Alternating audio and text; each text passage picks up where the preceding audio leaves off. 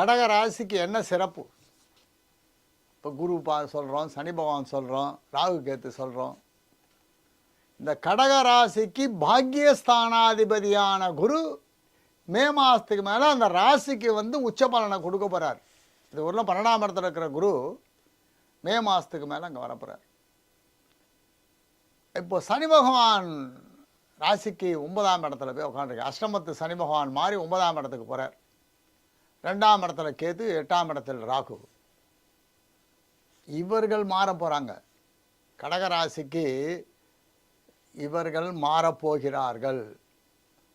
கடகராசியில் கேது வர போகிறார், 7ஆம் இடத்துக்கு ராகு போகிறார் நவம்பரில்.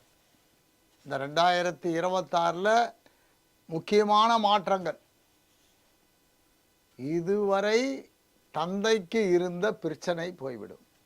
இதுவரை தந்தைக்கு இருந்த பிரச்சனை, அவர்கள் உடல்நல பாதிப்பு, தேவையில்லாத சில பிரச்சனைகள். கடகராசிக்கு ரொம்ப ரொம்ப முக்கியமானது பிதுர் ஸ்தானாதிபதி. பிதுர் ஸ்தானாதிபதியான குரு பகவான் 12ஆம் இடத்தில் இருந்து தந்தைக்கு ஏற்பட்ட கஷ்டத்திலிருந்து விடுதலை கொடுத்து ராசியில் உச்சம் படைச்சு அவர் நிம்மதியாக இருப்பார். இது ஒரு பெரிய அனுகூலமான செய்தி. இதுவரை நீங்கள் நினைத்து நடக்காத காரியங்கள் மே மாதத்துக்கு மேலே நடந்துடும். நினச்சி நடக்காமல் காரியங்கள், வேலையில் ரொம்ப பவர்ஃபுல்லாக இருப்பீங்க, உயர்ந்த நிலையை அடைவீர்கள், முதல் நிலையை அடைவீர்கள். உத்தியோகத்தில் இருக்கிறவர்களுக்கு அது ஒரு பெரிய பாக்கியம். கணவன் மனைவிக்குள்ளே இருந்த சிறு சிறு சலப்பு சிறு போய்விடும்.